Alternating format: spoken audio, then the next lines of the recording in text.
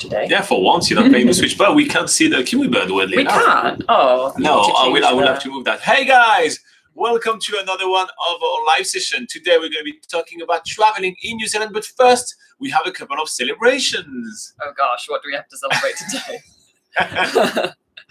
So what if I was to tell you elementary, my dear Watson? I would say, is it National or International Sherlock Holmes Day? It is International Sherlock Holmes Day. Wow, there's a day for that. I know. However, a bit more of an important international day, something to keep in mind. Maybe do something nice today. It is International Biodiversity Day, and that's something that we care a little bit more about. So yeah, if you can, pick up some litter or feed a bird today, that's Put some worms in your compost. Exactly. So yeah, that is the International Day for today. Anyway, here we talk about traveling in New Zealand because we kind of are the experts of traveling in New Zealand. But Laura, why are we the experts? While I place the camera better. Okay, so this is Robin, who is walking around the camera just now, and I'm Laura, and we're the team behind NZPocketGuide.com, which is New Zealand's largest travel guide, and it literally has thousands and thousands of articles to help you plan the perfect trip to New Zealand, obviously at a time that when you can actually come to New Zealand, because the borders are still closed while we are filming this, in May 2021, but fingers crossed there is an end in sight to this madness. But anyway, it's never too early to plan, and that's exactly what NZPocketGuide.com is for. It has information on all sorts of aspects of traveling in New Zealand. It talks about travel tips, it talks about family or honeymoon travel, budget travel, it talks about itineraries, it talks about luxury travel, and a really big long list that we don't have time to go through, but just check the website and you'll see how much content there is on there for you guys to enjoy absolutely for free. But if you're not really into reading, then we do this live Q&A session every single Sunday at 8 a.m. New Zealand time. You can check out in the link in the description below, which tells you what time we do these sessions in your time zone. We do this session so you guys can come onto the live chat and ask your New Zealand travel questions directly to us so we can answer them for you. And if you miss the live session, you can always put your questions in the comments section below of any of our YouTube videos. And we often pull those together and try to get through those during the live session as well if we have time. Otherwise, we'll just reply to your comment. Pretty easy, pretty simple. So yeah, let's have a look at the live chat. Ooh, take a deep breath. That was a long one. Oh, I liked it. Hopefully someone else did. It's not really for me, is it? Extreme Talauta in the comment says Morena. If you guys don't know what that means, Morena means good morning in Maori, which is the local indigenous language here in New Zealand. We have Nathan Bates from Taupo, which is Kia ora. Laura and Robin, so Kia ora is kind of like the Maori greeting as well. We have Grace giving us a waving emoji. That's our first emoji of the day. Grace, you rock! We have Nana that says, hello, pretty couples. Oh, oh, stop it, Nana. Shush, Nana. Anthony Comstock says Morena from Rodeo, California, with plenty of emojis. Nice. He's gonna stay around to tell us around 9 o'clock. He's gonna tell us when the live session needs to stop. He's our timekeeper. We have Nana, which says she's live from Ghana. That is awesome. Nice. Yeah. How is it going in Africa for you? Are you warm and cozy? Because here it's pretty cold. We are in central northern New Zealand. You know, there is snow on every mountain we can see. So yeah, it starts getting cold. Yes, winter is coming in New Zealand. We have Emoji Boy, which is hi and give us an emoji of a smiley face, a hand, an 80s dancer, a rose, a bouquet. What is that flower? The last one probably the dandelion. Like a daisy or something. A daisy and a dandelion. Yeah. Interesting. Why is only a boy will know, but why is his emojis much larger than everyone else's emojis in the live chat? Yeah, how are you making that happen? It's his emoji superpowers. That's like the extent of Emoji Boy's superpowers is just making larger emojis than the rest. Would you be able to read what Nana says? Okay, Nana says, is ferry ship traveling from Fiji to Auckland, New Zealand available? I thought we talked about that last week, but in short, right? So there are some ferries that goes from Auckland to Fiji or from Fiji to Auckland. However, they're more like shipping ferries, shipping boats, cargo ships. You know, that's what it is because you send kind of cargo to Fiji and Fiji sends, you know, like some of their exports as well, including coconuts and Fiji water and all those kind of things. So there are some ships that go back and forth. There is also some cruises, like really expensive cruises that you go on holidays with. So all-inclusive cruises that goes as well from Auckland to Fiji. However, when it comes to actually just commuting transport ferries, it's just not happening. There's not a viable means of transportation to go to Fiji. And the way New Zealanders go to explore the South Pacific Islands, including Fiji, is actually taking a plane to fly to Nandi, which is the largest airport, or Suva, which is the capital of Fiji. Both of them are on the same island. If you want to learn more about Fiji and traveling to Fiji, you can head to FijiPocketGuide.com. It's the largest guide to Fiji, and it's done by Laura and us. So I'm actually going to write it on screen for you, so like that you even know it's there. And I write it so like that it's super clear. So look, I'm going to write free Fiji travel guide. And I'm so easy to change. Yeah. So there's a bonus tip for you guys. Not only do we do NZPocketGuide.com, but we also do the same sort of travel websites or travel guides for some of the South Pacific Islands. So we do websites for Fiji, so that's FijiPocketGuide.com. We do a website for Niue, which is NiuePocketGuide.com. We do a website for Tonga, so that's TongaPocketGuide.com. And we have more coming up in the pipeline when this crazy global pandemic is over. If this ever stops, I mean, you never know nowadays. More under control, maybe we should say. Yeah, let's go with something more realistic, which is if things ever get under control. Nana says Ghana is not hot now, and we're trying to travel to New Zealand, Auckland. Oh, that's cool. Well, you know, you're going to have to wait that the borders are open. And currently in New Zealand, the borders are still closed. So, you know, all you can do is hang out with us, check out nzpocketguide.com, you know, the website that we talk about all the time, and just plan your holidays. And once you're done planning your holidays, then hopefully the borders are going to be opened.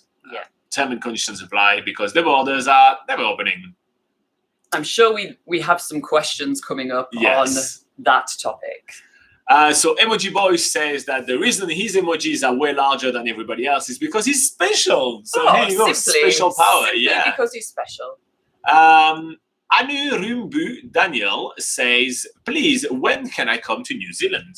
So it's our first borders opening question of the live session. For those of you who don't often come here, we often get this sort of question about 5 times a session. So let's answer it for the first time today. So as of, what is the date today? The 23rd. The 23rd of May 2021. The borders to New Zealand are still closed to most people around the world, most travellers, international travellers. Basically, if you're from overseas, you can't come to New Zealand for a holiday. However, you can check out our New Zealand border predictions video where we can sort of answer this question more in length. We give you some context as to what we think will happen, how we think New Zealand will open its borders to different countries depending on how well they're handling the current pandemic, etc., etc. So check out that video on YouTube, and that will give you a lot more information to answer your question about the borders opening. All right. Now we have a question from Lynn, which I really appreciate the fact that you translated your name for me today, Lynn. I know you came last week and you asked some questions, and I ended up translating your name into Forest because that's what Google said. But Lynn actually has a really good question that we can spend a little bit of extra information for you. So Lynn says, for a month's travel, which one is more economic, to rent a car from, for example, I'm going to try again.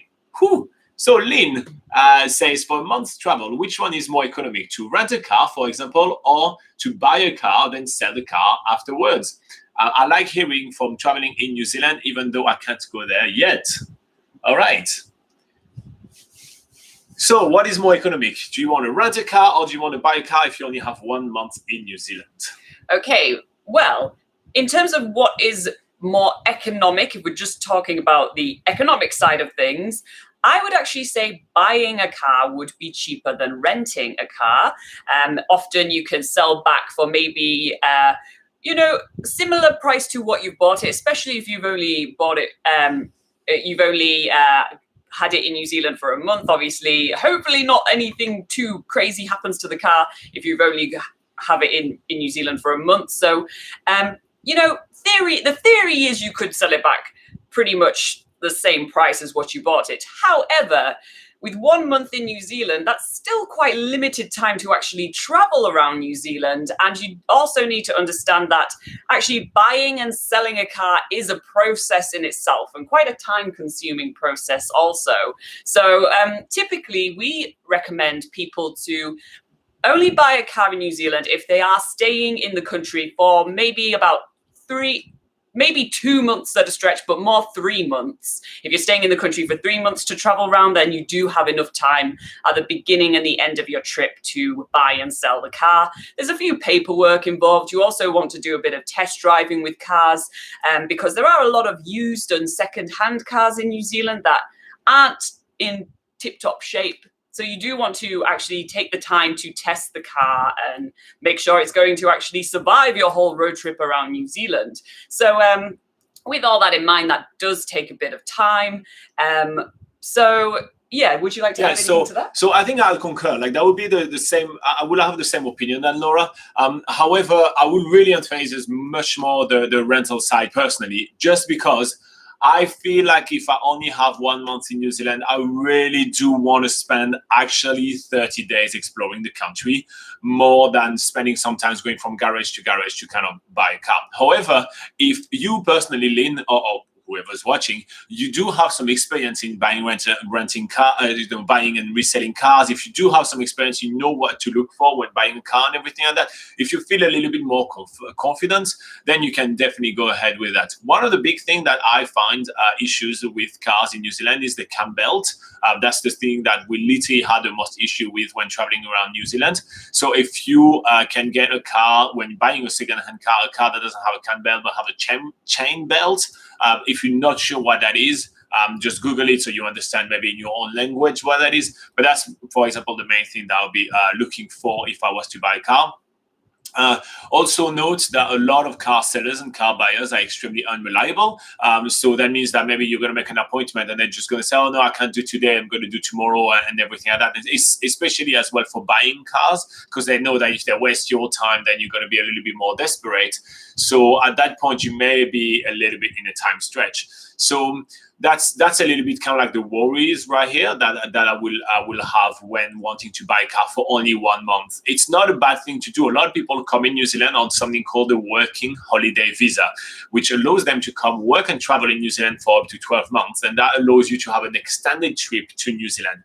With that in mind, that is the best time for you to buy a car, because you have the whole year. So you can spend a week or two to buy a car and a week or two to sell a car. It's absolutely fine. And also you have the freedom to do everything you want around New Zealand. However, when you only have 1 month, I personally would be a little bit stressed into having to buy and sell a car for only 1 month in New Zealand. That said, economically, when doing the down to just dollars, it is definitely much cheaper than renting a car. Now, renting a car can be somewhat cheap in New Zealand if you do pick the off seasons, for example. So if you want to travel in New Zealand, let's say between, September to March, those would be kind of like the highest prices for renting a car in New Zealand. But outside of that, so between September and March, I'd say no. But outside of that, you will be able to get some car rentals for as little as $20 a day sometimes. And so if you do the math, $20 a day, that'd be about $600. You add the insurance and everything like that. We'll talk about like $1,500 at most, right, for the whole month in renting a car. I feel that if you were to buy a car at $5,000 or $6,000 and try to resell it, you probably will still lose about $1,000 on the resale. So right now you only have a difference between like $200 to $500 at most, right? I feel like for the trip of a lifetime, coming to New Zealand only once, you only have 1 month, it is worth spending the extra $200 to $500 to actually have the peace of mind. You can walk at the airport, from the airport, you can walk to the place, pick up the car keys and already be on your way. You don't have nothing to worry about. If the car breaks down, everything, you have the insurance or, the car rental company that will replace the car and all of that.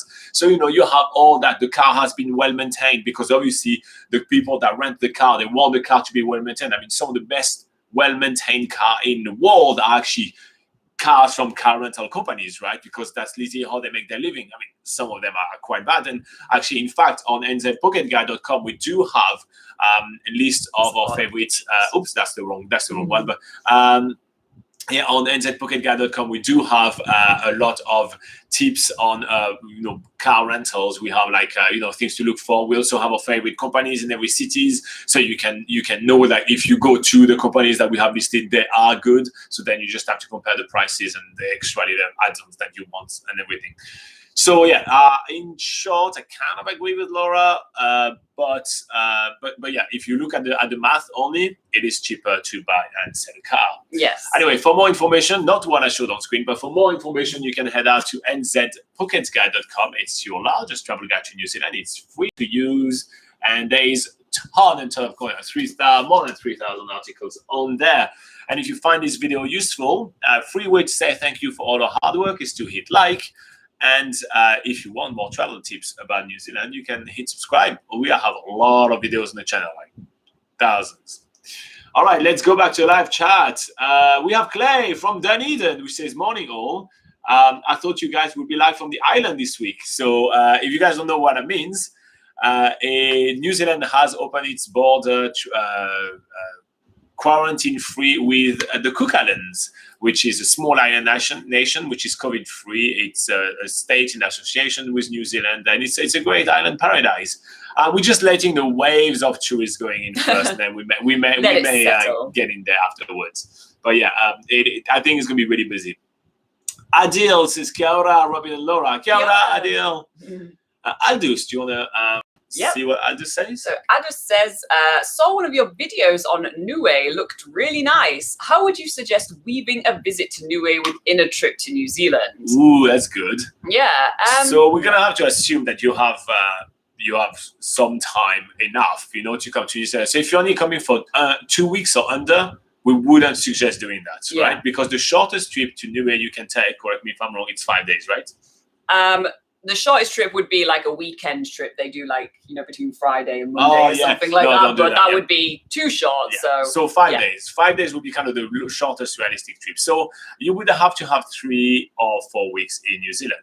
So I'll do the 4 weeks. Let's say you have a month in New Zealand and you try to go to Niue, and you can do the 3 weeks, for instance. Is that cool with you? Yeah. Okay, cool. So if you have a whole month in New Zealand, the way I will weave my trip to Niue is that obviously you're probably going to be landing in Auckland. That's probably the place where you're going to be starting your trip, traveling around New Zealand. And I will literally travel for about 3 days across the Northern End. Then I'm going to go down to the Southern End. I'm going to do 2 weeks on the Southern End. Then I'm going to do another 3 days on the Northern End. And then the remainder of my day, I'm back in Auckland. I will fly to Niue, then come back to Auckland, and then fly home. That's basically the way I would do it. So that gives you a week on the Northern End, 2 weeks on the Southern End, and a little bit more than a week on the Northern End, a week and a half on the Northern End, 2 weeks on the Southern End, and 5 days in Niue. And I think that'd be the best way to kind of fit that in when you comes to timeline, and also discovering something absolutely amazing, super special and everything. If you want to learn more about Niue, by the way, check out nuepocketguide.com. I will put that on screen while Laura talks. Yeah. So the only way to get to Niue is from Auckland Airport. It's the only place in the world which has a flight connection to the little island of Niue.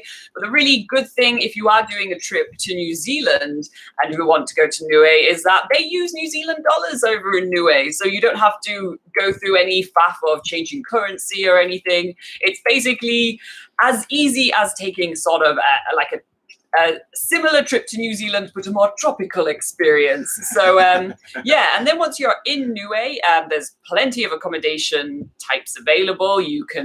They have one resort, so if you want to go fancy, they do have a resort there.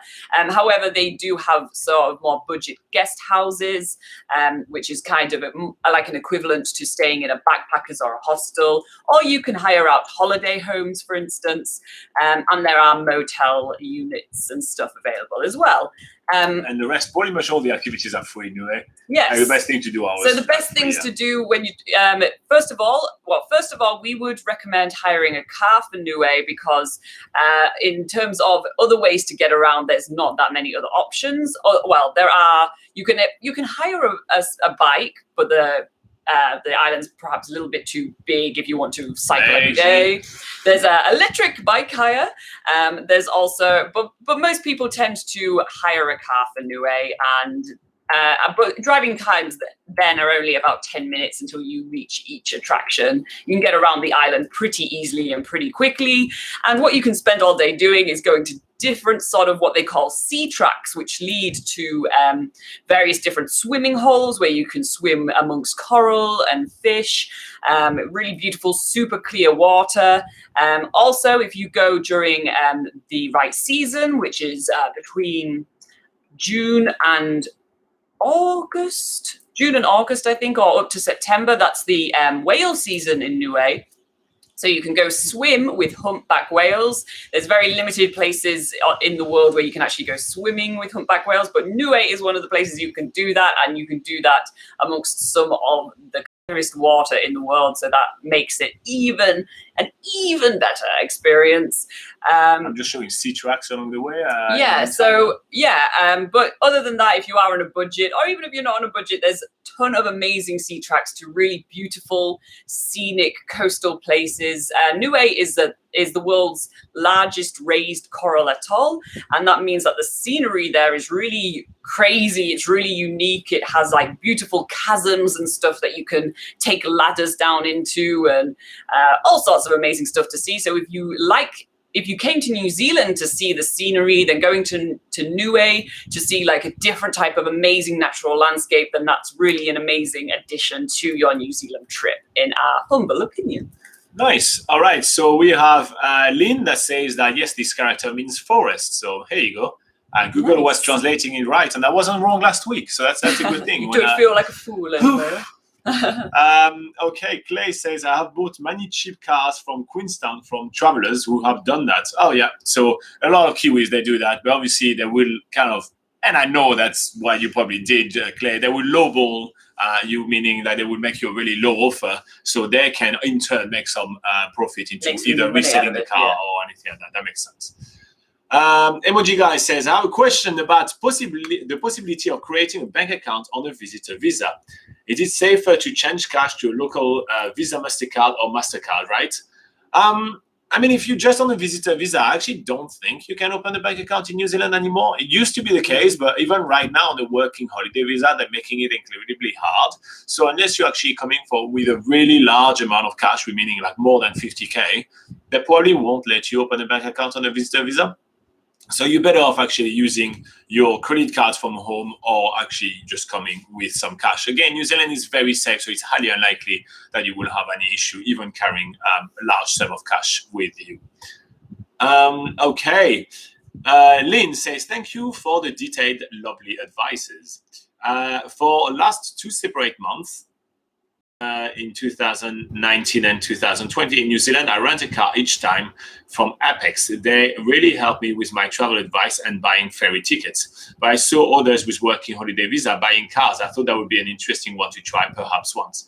Yeah, so as I say, if it's something you want to do differently, yeah, you definitely can. And yes, Apex Rental is actually one of the ones that we list on our website. They are well known around New Zealand, and every car rental company, is not just them, will help you buy your ferry tickets and everything, since, you know, they get a commission out of everything they sell you, so they make some money out of selling you the ferry tickets. So pretty much any car rental companies will be able to sell that to you and organize that for you. They'll be more than happy to sell you a ferry ticket. Exactly. Hugo Alves says, Kia ora from Brazil. Kia ora. How are you doing in Brazil? Hessian says, good morning, guys. How are you doing, Hessian? Kirsty Wash says, hello, I hope you're both doing well. Yes, we are. Look at that. Every familiar faces is showing up today. I love it. Clay says, one time I also got 2 mountain bike, a skateboard, skis, and clothes for a pint. For a pint? That's pretty good. Oh the guy was just going to abandon it all when he flew out the next day. That does happen quite a lot. So that's an advice for you, Lynn. You know, like a lot of people actually end up abandoning their car, like literally on the car park or something, because they just don't have time to sell it. So that's why I was really kind of phasing a lot when talking about it, that maybe making sure that you have enough time to buy and resell your car when traveling in New Zealand is the most important part, because at that point, if you buy a car and then you abandon it, then at that point you have lost more money. So just something to really keep in mind. Unless you want to donate a car to people like Clay, because it seems like Clay's always going to be there to pounce Yes. and Get Clay's contact details and chat with him. You know what? yeah, Like, I'm sure he'll deal with be the guy. happy to take a car off your hands for a pint. Aldous say thank you guys. You're very welcome, Aldous. I'm glad that you liked our video on Niue. We do have one on Tonga as well, which is another South Pacific island that you may want to check out. But yeah, and we have all the websites to go alongside with it. But I would really strongly advise you, Aldous, to actually check the website I was showing on screen. Not because it's our website, because it's all free, so it doesn't really matter. But yeah, check for sure the website because it's very different and everything. You want to kind of know the things. And the first thing I will click on, if I were you, when you go on the homepage, there is something which says 30 tips for traveling in Niue. If you go through those tips, you kind of get a really good understanding of what it is in Niue. And this is a good starting point for planning your trip to Niue to see if it's the right fit for you, your friends, your family, whoever you're traveling with. Because it's really awesome, but you just want to know it's going to be different in New Zealand.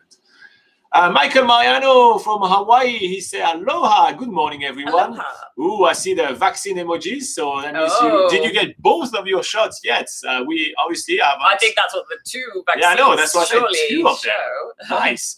So yeah, can we get some vaccine emojis from all of you guys if you actually already got some of your vaccine done? In New Zealand, sadly, the general population in which we're part of is not going to get vaccinated until July, which I think is the day yet, July. So we are quite eager. But yeah, so give us some vaccine emojis. If you have been vaccinated, you guys are awesome. Also, feel free to hit the like button if you find what we're doing is useful. Kiwi Lauren says, hey team, looking lovely as always. Whitbix, Laura, Robin and Laura, you are lovely as well. Okay, so she's kind of always hitting on Whitbix, right? I mean, why wouldn't you? Look at this little guy. I think Mrs. Whitbix is going to get upset, Kiwi Lauren, at some point. He doesn't have a Mrs. Whitbix. There's no Mrs. Whitbix. He's single and ready to mingle. I just think he's just card close to his chest and just doesn't share as much with us. But I actually do think that he has a Mrs. Whitbix. Yeah, he's not very talkative. Like a real Kiwi, he's quite elusive and just sort of runs away whenever we try to talk to him. He's kind of this guy at the office, which is always kind of in his own cubicle over there. You kind of really know nothing much about it. All the conversation you have with him are very vanilla, and he's kind of like, oh yeah, you see the game last night, yeah, saw the game, yeah. And then, just that, and you're never going to go any deeper than that.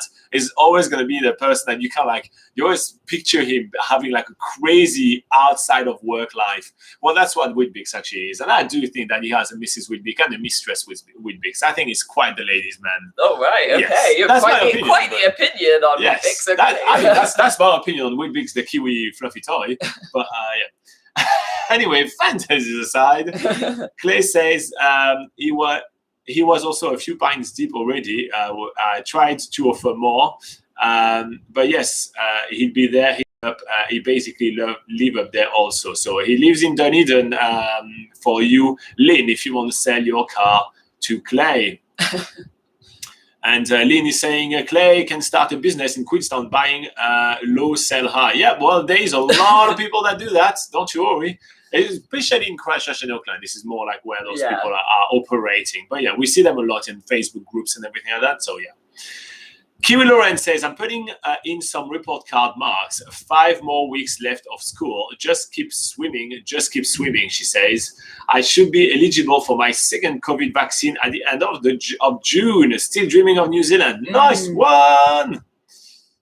Okay. Anthony Comstock says, looks like we have a freezing problem. Oh, no. Can you guys still see us? I think people are still seeing us because we're still getting comments, at least. So, yeah, if anyone else is experiencing any technical difficulties with this live stream, just let us know in the comments and we can try and sort something out. Not that we really know how to sort it out. But we did see across the road on our street yesterday. Oh, yeah, that's true. Big development. They have started putting in fibre. Finally, our part of New Zealand is starting to get fibre, so coming to you soon in HD. Yeah, so we're going to get some pretty suave and nice live streams coming up. That's a promise from Laura. I make no promises. Yeah, because I'm not sure. But obviously, as soon as fibre is available, we will get it because we can't bear to deal with the internet as slow as it is right now. Okay, Emoji Guy says about mobile plans, pay monthly and prepay. Can visitor get a pay monthly plan, or tourists only can get prepaid plans? I love Vodafone. Is it good over there?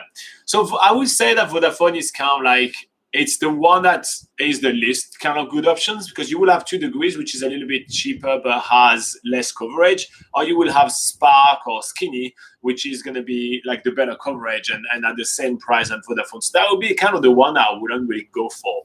Now, when it comes down to pay monthly, you absolutely can go on the pay monthly plan if you want as a visitor. However, they will debit from your account, right? So you will have to have a New Zealand bank account in order to do that. And so for this reason, you may be hung up with that. Can you not just top up as a tourist? So that would be a prepay. That would be a prepay. Oh, so prepay. Some prepay. That's what I was coming to. So some prepay, you can buy top up at supermarkets and everything like that, and have monthly combos.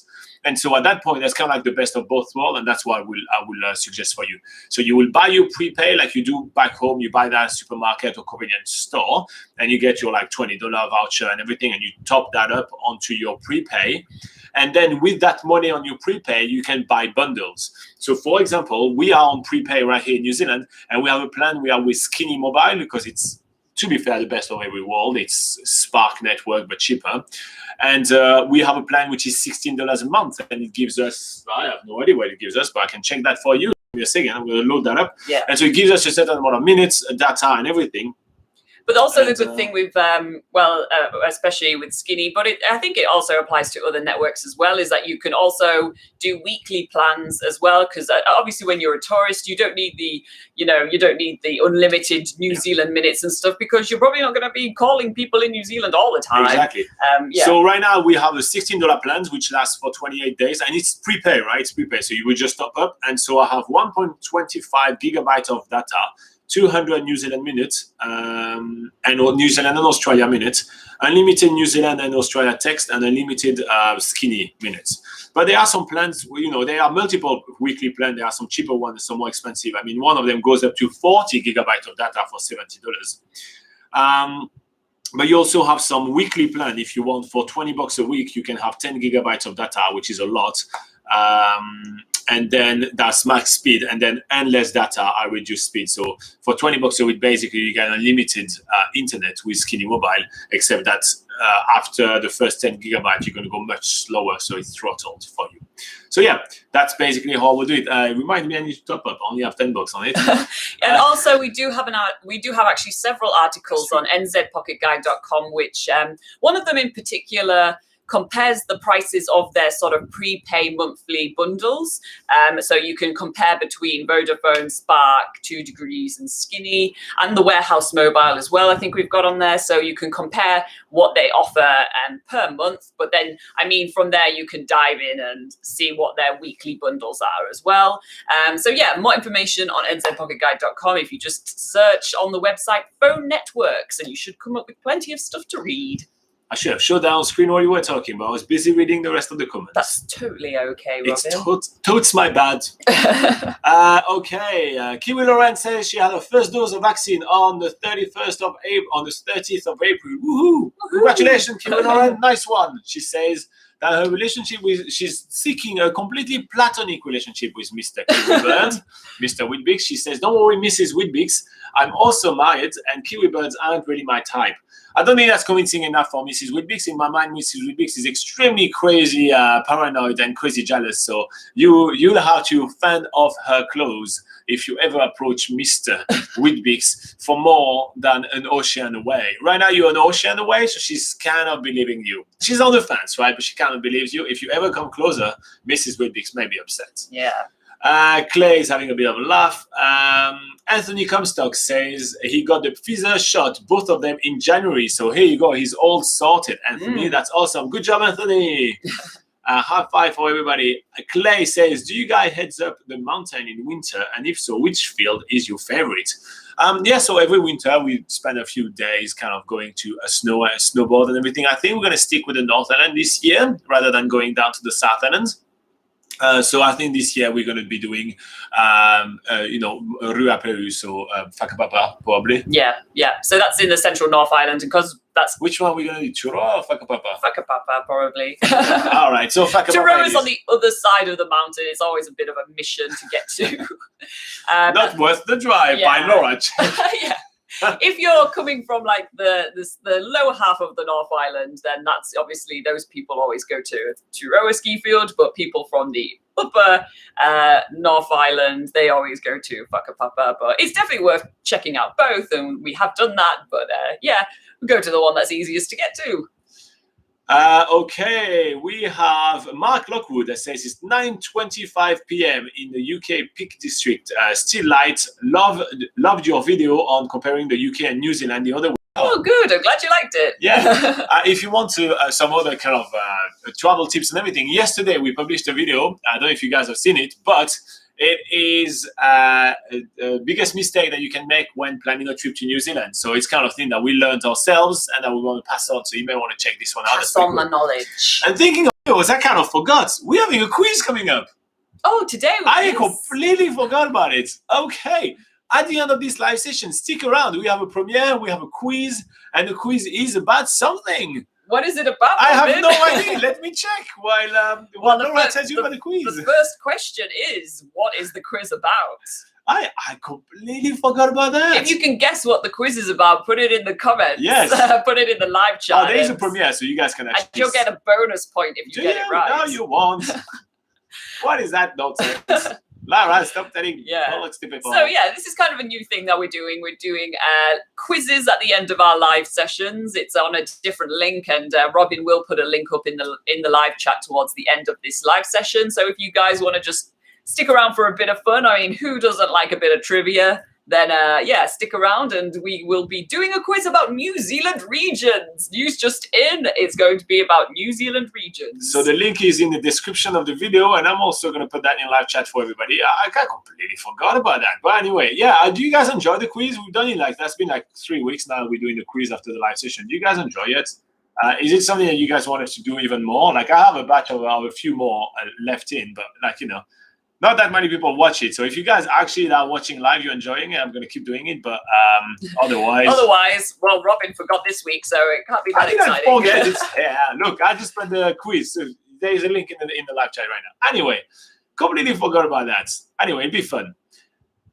Nathan says, have you started a new movie trilogy? No, we haven't. What did we watch this week? We watched something that was a standalone movie. Yeah, we did watch a movie this week. Absolutely memorable. It was that good. I think it wasn't bad. It was one of those new ones. It wasn't Bliss. It's the other one.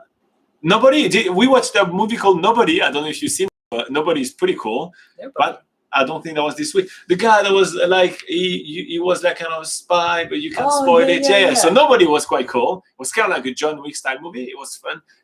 What is the other movie you watched? I am completely blanking. At this point, if you can't remember what movie you watched this week, then maybe we should stop watching movies.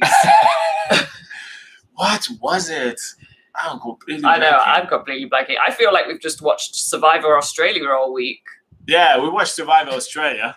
Since we are huge fans of the American Survivor, and they haven't been able to film it since the pandemic, so we're trying to get our Survivor fix for the rest of. You can tell we do like the island, so basically anything that happens in the island, we like it. It's filmed in Samoa, so we're kind of like, ooh, that looks nice while we're watching these people trying to survive on the beach. But we're trying to get our fix of Survivor through the Australian Survivor at the moment. So we do really like islands. So, if you do have some movies on islands. Let us know. Yeah. What was the movie? We did watch a movie though. I remember, Nathan. Because we were about to watch the Hobbit, and we're like, no, let's watch something else. It's too bad. We don't want to watch the Hobbit.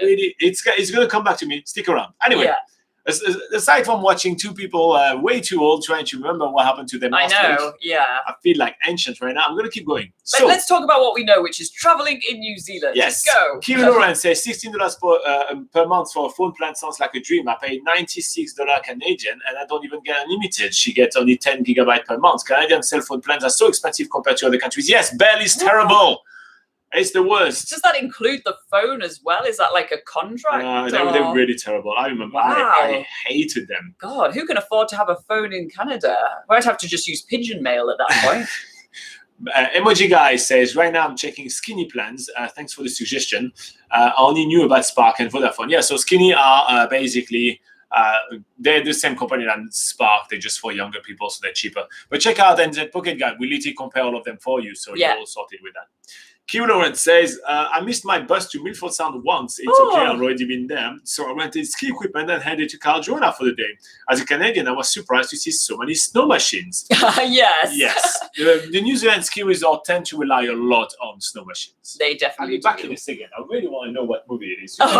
You can read what Q Lawrence is saying. Yeah, well, what else did she say? She said, we don't have any trouble producing our own snow over here. Yeah, that's a thing.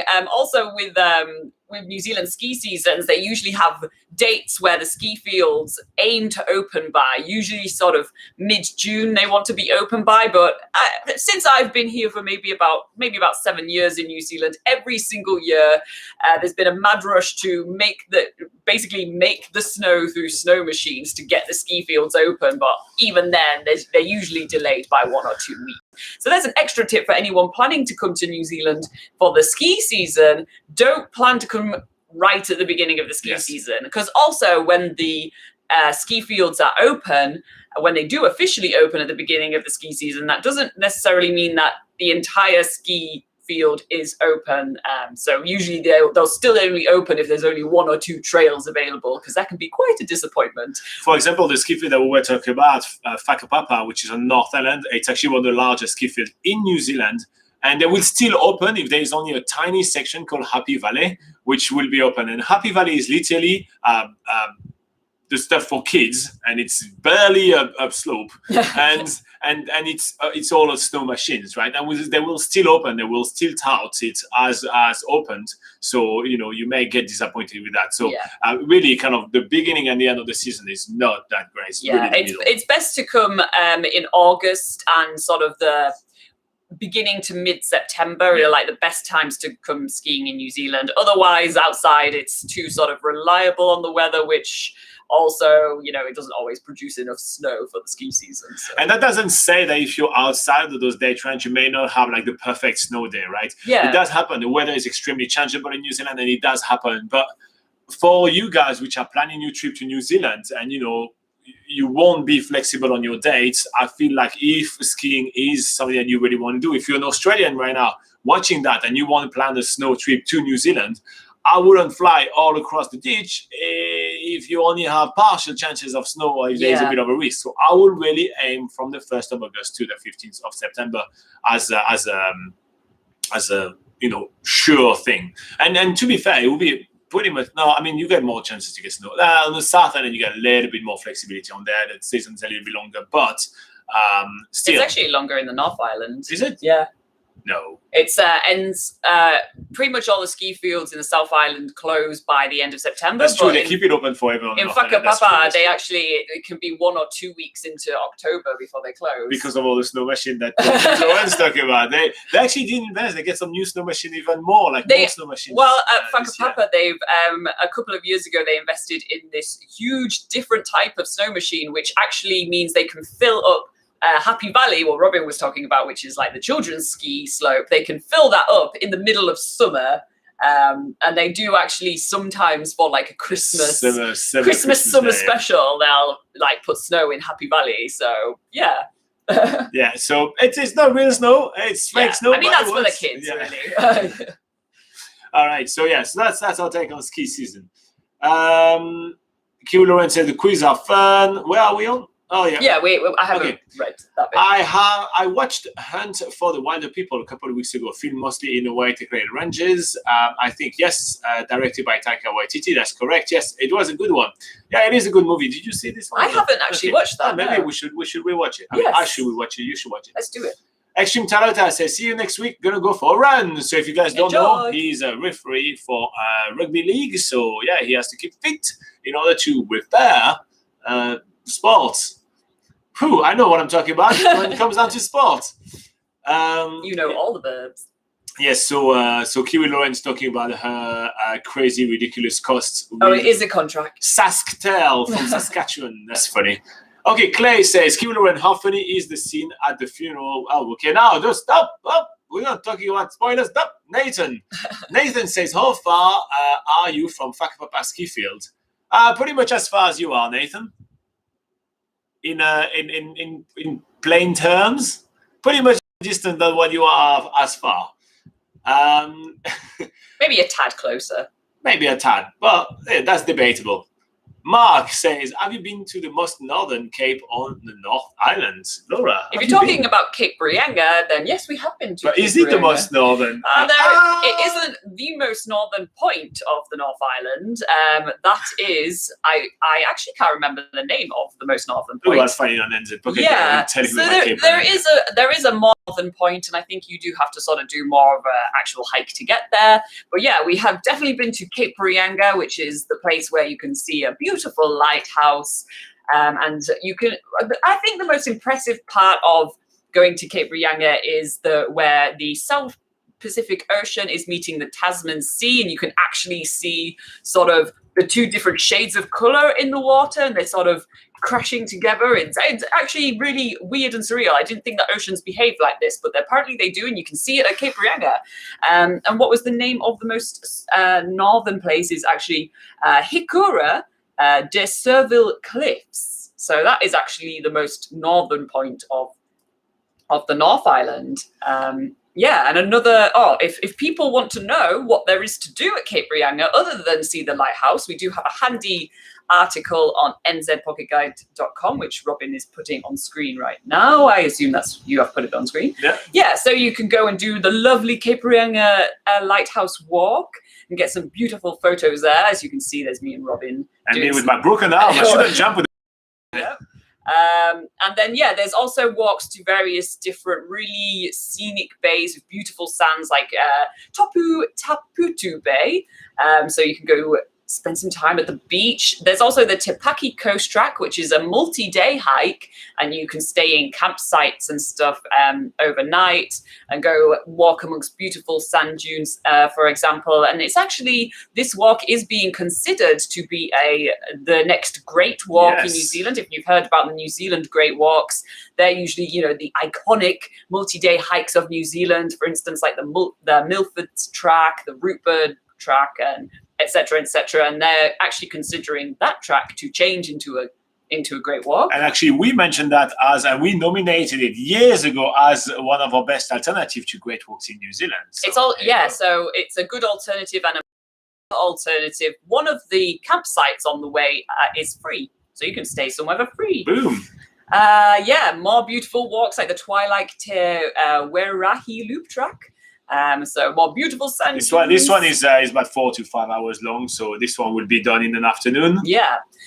One of the really cool things to do there, especially if you're doing one of the bus tours, because they actually provide bodyboards for you to do sandboarding down the sand dunes, and that's it's a really cool thing to do along 90 Mile Beach. Go on. And now I just want to point out that if you guys want to see actually doing sandboarding in New Zealand, you can actually check that out on the channel. We do have a full video of us doing a bus tour all the way to Cape Reinga, and we did sandboarding there, and it was a ton of fun. That's where we took this picture. Yeah. So should I say some more? Yes, Spirits Bay. That's close. Well, obviously this is about Cape Reinga. So yes, it's close to Cape Reinga, and that's quite a spiritual place for the local Maori people. Where it's sort of said in Maori legend that that's where people's spirits go after they die, and they sort of move on to the afterlife from there. Said in more layman's terms, but that's and also it's a very beautiful place to go as well. There you go.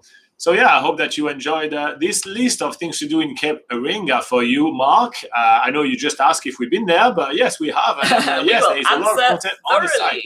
Yeah, why not? I thought it'd be fun to do. Cool. All right, Kiwi Lauren is talking with Clay. Nathan says, how often do you go up to the Whakapapa ski field? Well, as mentioned, probably about once a season. We do have a lot of friends that come visit. We take them over. Sometimes we go to the South Island. So then, we just do get that fixed down there. But yeah, so just from time to time, basically. Yeah. What about you? I know you're in Topos, not too far from there. You even have the RAL, the Whakapapa Alpine Lifts shop right in town. So how often are you going skiing or snowboarding over there? And also, what's your thing, ski or snowboard? Carlo is back. Hey, we had you last week. That's awesome. Thank you very much for being back. Says best ice cream on the South Island, Laura. Oh, best ice cream on the South Island. Well, I can tell you what the best ice cream flavor is in New Zealand because in New Zealand, the sort of kiwi flavor, not kiwi fruit flavor, but the New Zealander flavor that like New Zealanders are proud to call their own is is beetroots. Can you imagine?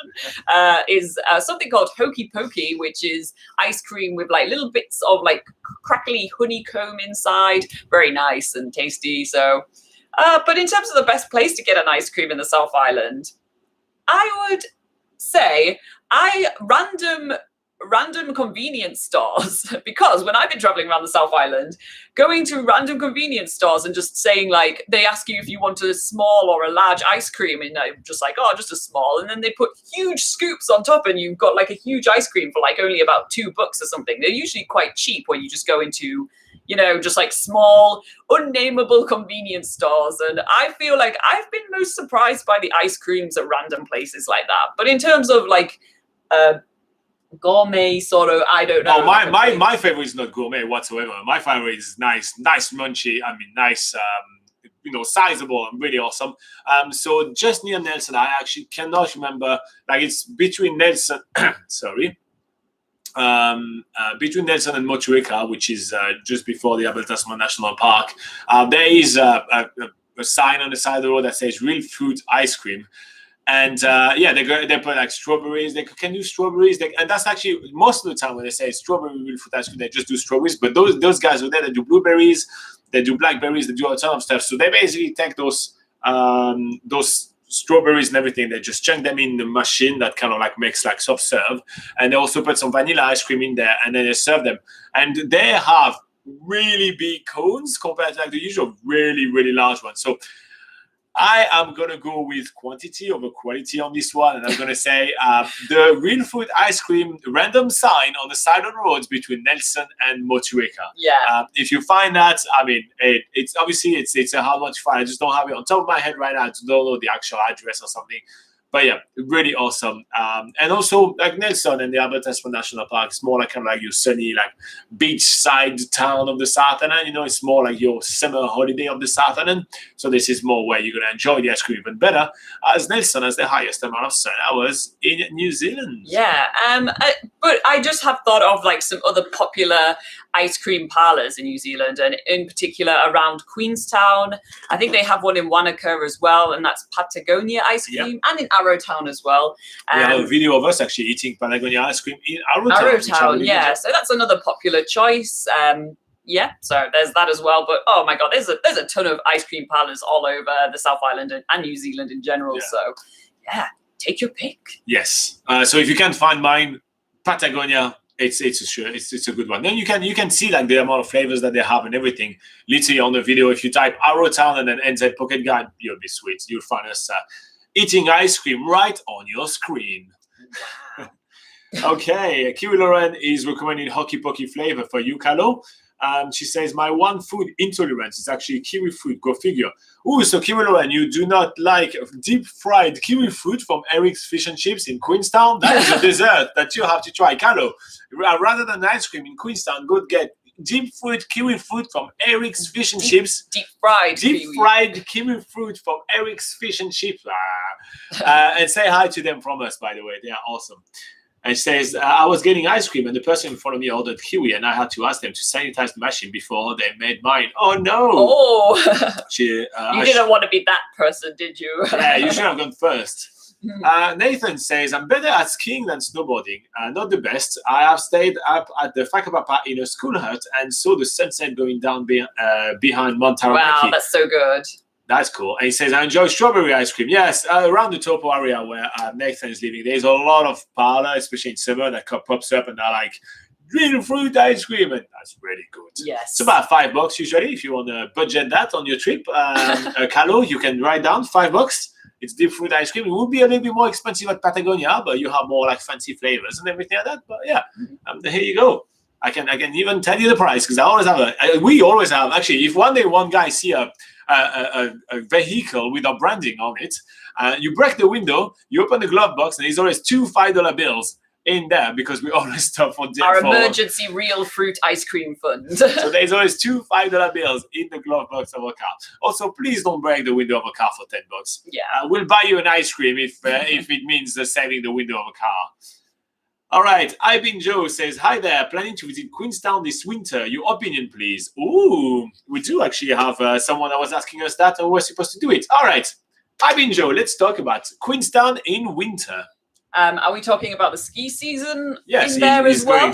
He's going to Google that. So yeah, Laura, you spent multiple seasons in Queenstown in winter. So what do you think of it? Yes. So if you're talking about the ski season and the winter season in Queenstown, which most people to do when they visit Queenstown, then the ski season in terms of when the ski fields open is between sort of mid-June to the end of September. However, as we did discuss previously on this live session, the opening dates at the beginning for ski fields tends to be pushed back 1 or 2 weeks, depending on the weather situation, how much snow they have. Typically, the ski field Coronet Peak opens first. They have more sort of snow machine sort of infrastructure up there, so they're able to open first, and then after that you will have the Remarkables, which is in a more of a mountainous area. So Coronet Peak is a ski field sort of on, well, it's actually on top of sort of farmland, like rolling hilly farmland, and then you have the Remarkables, which is in my opinion a lot more scenic. It's like more dramatic mountain landscapes. So yeah, let's talk about temperatures and stuff. So for Queenstown, just referring to our notes on nzpocketguide.com, because we do have all this information on the website if you guys want to check it out. But for temperature, you can expect in winter, it is usually between 2 to 6 degrees Celsius. So in Fahrenheit, that will be 36 to 42 degrees Fahrenheit. And in terms of rainfall, that will be usually between 30 to 60 millimeters. So that's 1.2 to 2.4 inches. And yeah, so that just gives you a bit of an idea of the climate when you're going to be visiting there in Queenstown. Basically, make sure that you pack lots of nice warm clothes. Yes, merino layers would be some really good options. I mean, one of the main things I would say when coming for winter season is to actually make sure that you do have, well, first merino wool layers, like to keep yourself very warm, but also dress up in layers. So rather than having like one really big thick jumper, I would have two merino wool jumpers, so like that you can take them off, because the weather is going to be so surprisingly changing for you, especially during the winter season in New Zealand. Yeah. So talking more about the ski fields, so the closest ones that are to Queenstown are the Remarkables and Coronet Peak. However, you can take transport to go to Cardrona, which is a little bit further away. That's about an hour away. And then even further away is Treble Cone. That takes about an hour and 30 to 45 minutes to get to Treble Cone, which is the largest ski field on the South Island. But however, people wanting to visit Treble Cone and Cardrona are best off staying in Wanaka, and those wanting to go to Remarkables and Coronet Peak are best staying in Queenstown.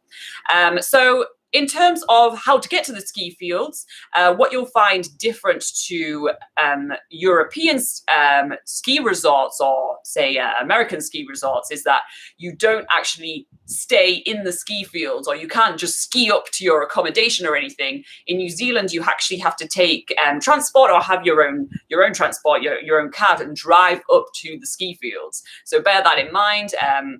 If you are driving yourself, you'll probably want to hire a car with snow chains. Otherwise, you'll want to book transport, where the ski fields, which are run for the Remarkables and the Coronet Peak, they're run by NZ Ski, and they have their own shuttle services to get up onto the mountain. So factor that into your budget as well, because it's not that cheap. Otherwise, there are other transport companies such as Info and Snow and other ones that are maybe a little bit cheaper, so you can factor that into your budget as well and factor that into your planning. If you want to treat yourself, there's also the option to do heli skiing in Queenstown as well. So that's another option. Usually they're taking you maybe I think they only take you about 3 times included in the actual set price of the heli ski, and then you pay for extra runs after that. So if you want to experience uncrowded skiing in Queenstown, then heli skiing is an option as well. Is there anything else that you would like me to talk about, Robin? No, I think you've covered it all. That was pretty awesome. Cool. Yeah, I think we got that. So I hope that helps you. I've been Joe. Here you go, nzpocketguide.com. I even put it like below as well. Boom, here you go. You can check out much more information on there. Just type ski season in the search bar and you'll find whatever you want to know about the ski season in New Zealand. And obviously we talk extensively about Queenstown as it is one of the hub for the ski season in New Zealand. If you find this video useful, make sure to like and subscribe. It's a great free way for you guys to help us and reward all our hard work. All right, let's go back to live chat. Ooh, we are about 10 minutes away from the quiz, guys. I'm going to put the link back again on here. Boom, quiz again. Yes, and just as a reminder, the quiz is about the different regions in New Zealand. So I totally knew that. If you guys want to do a little bit of research before the quiz, do a little bit of revision. Yeah, it is not going to be the easiest one again. All right, so where are we on? Clay says Patty's ice cream in Dunedin is very popular. She's done really well. She's been in the paper about her journey, so it's worth looking into. Patty sounds lovely, and Patty is a lovely name. Yes. Clay says we also have a pop-up Patagonia shop in Dunedin, so no need to go to Queenstown. Oh, here you go. Lovely. For you. Ice cream is a popular topic right here. People are going nuts for it. I love it. Beverly Gibson says, have you ever bought anything in the New Zealand pawn shop? What are they like? The only thing I bought in New Zealand pawn shop was actually video games because they tend to price them quite low, which is quite good. So, we do have a decent amount of video games in this household. So sometimes, when we're traveling around everything and we have a little bit to wait before activity or this and that, I will pop into one of them. They are like kind of normal shop, except that everything is used. And some items are incredibly expensive and some items are incredibly cheap. And turns out that usually video games are quite cheap. So I don't know why. I think that's weird. Because you have other items which are way, like computers, for example, are like 2 times the price of what a better one will be brand new.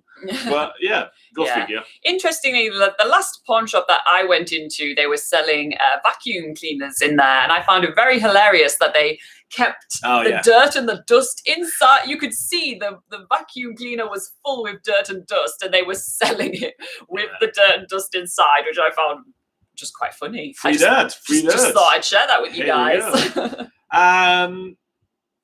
So, where are we?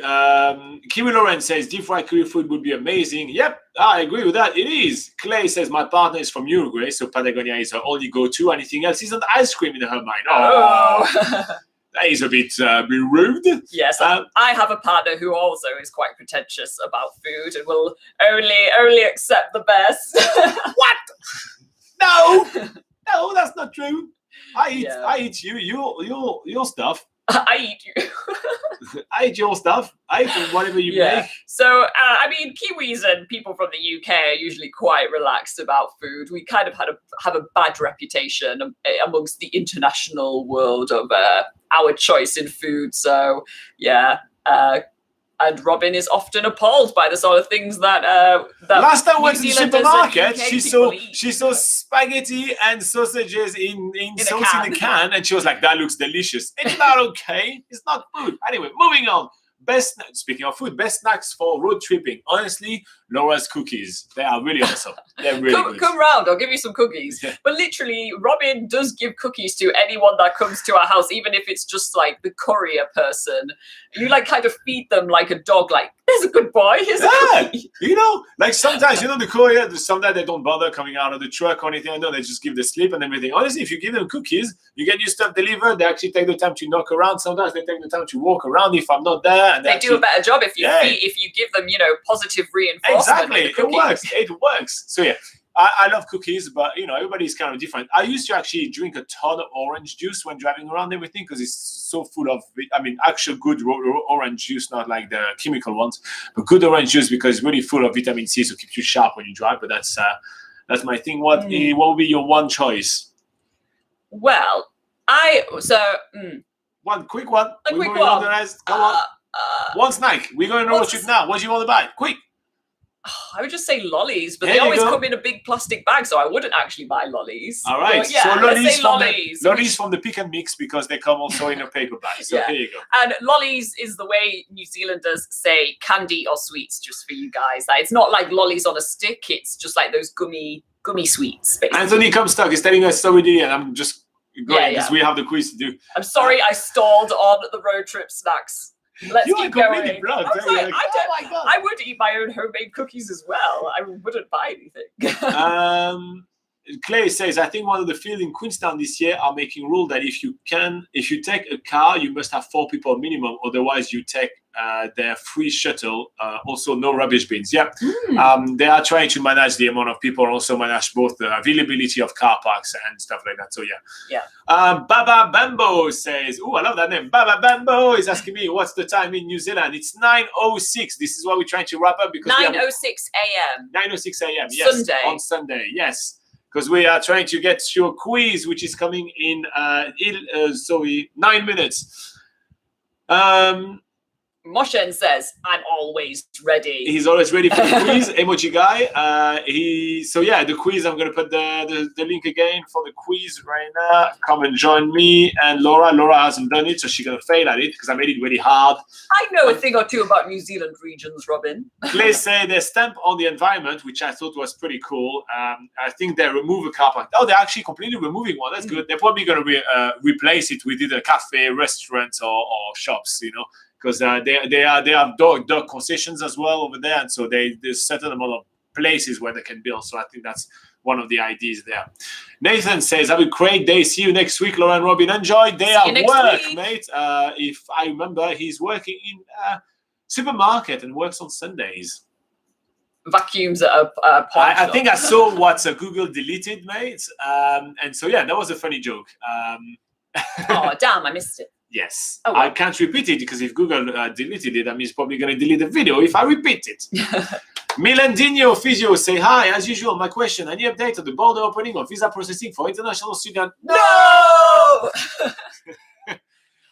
So rewind a little bit. Charlie Friel, by the way, hasn't had a heart attack yet, so I don't know where he is. But yeah, so no, there has been no update this week. So the one thing that happened in the borders in New Zealand is that the borders opened quarantine-free with a country called the Cook Islands, which is the South Pacific Islands, which is only having one link to New Zealand, and that is it. They are COVID-free. So it's basically a non-development for anyone international. It only means that Kiwis can take a bit of an island holiday, and that's it. So keep that in mind.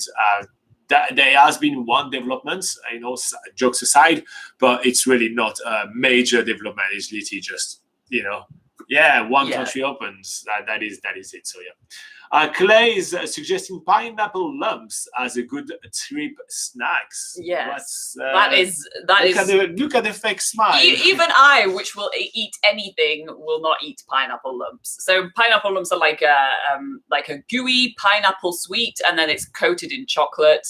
It's not good. Actually, we did a video about our favorite food, and actually we have another one coming up this week, but we did a video about some of our favorite foods and snacks in New Zealand, and our favorite food experiences in New Zealand. And someone actually was complaining that trying pineapple lumps wasn't on there, and therefore we were not really Kiwis. And I just feel like you can be Kiwis if you don't necessarily enjoy the Kiwi staples. It's okay. So, but pineapple lumps are very Kiwi, so you got to try them at some point. Yes, you should actually definitely try into them. an ice cream lately. So now there's a pineapple lump ice cream. Weirdly enough. Or maybe pineapple flavored ice cream would be quite nice. Coated with chocolate. Maybe that's better. Than I think that sounds better than pineapple lumps. Yes, that's true. Cool. Speaking of videos and food, so this week coming up, we do have some travel tips for you. So we have 5 videos coming up, some travel tips, obviously, some more of New Zealand's biggest gap year, in which we are slowly but surely making our way out of the West Coast, and we are heading toward the Haast and Wanaka. Then we also have on Saturday, we are having our favorite foods in New Zealand. So literally just like the favorite food we like in New Zealand. Just an off-the-cuff video that we recorded while driving. I can't remember where. And yeah, we just did that. That was fun. And that's going to be followed up on Sunday with this live session, as well as a quiz, which I remember right now. And the quiz will be about food in New Zealand. So a New Zealand food quiz. So you better watch the Saturday video in order to do good at the Sunday quiz. So here you go. Homework for you kids. So that's what's happening right here.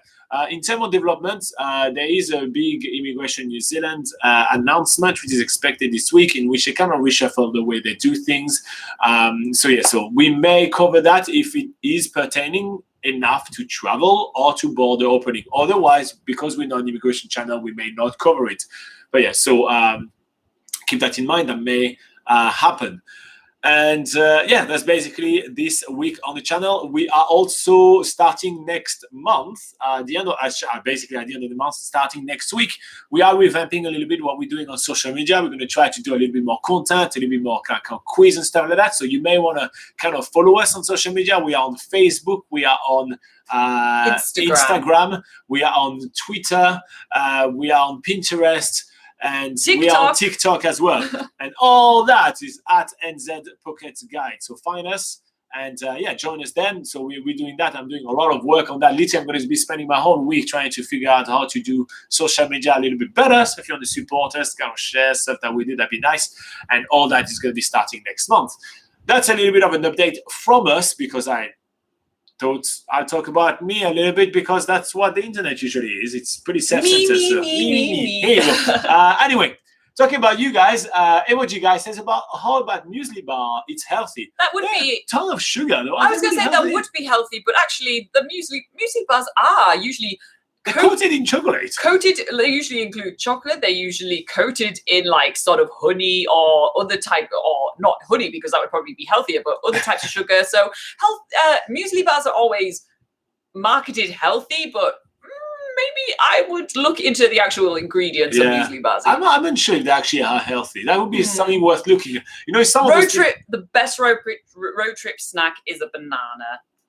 It comes in a nice skin, which you know it's not so plastic. compostable packaging, and at least you know it's healthier than, and it actually fills you, because usually lollies don't fill you. Yeah. Actually, to be fair, okay, She's like an old granny right I'm starting to remember what road trip snacks we tend to have, and it's usually things like apples and we used to eat a lot of nuts and nuts. Yeah, we used to go to. They usually have like sort of in the pick a mix areas of supermarkets. They have nuts, and you can just like sort of do different nut mixes and stuff. Although it's quite expensive in New Zealand to eat nuts. But yeah, let's stop talking about that. Okay, Granny. We're going to miss our quiz if we keep talking about scroggin, as Clay Bryant that's says. the nut mix for like hiking New Zealand style.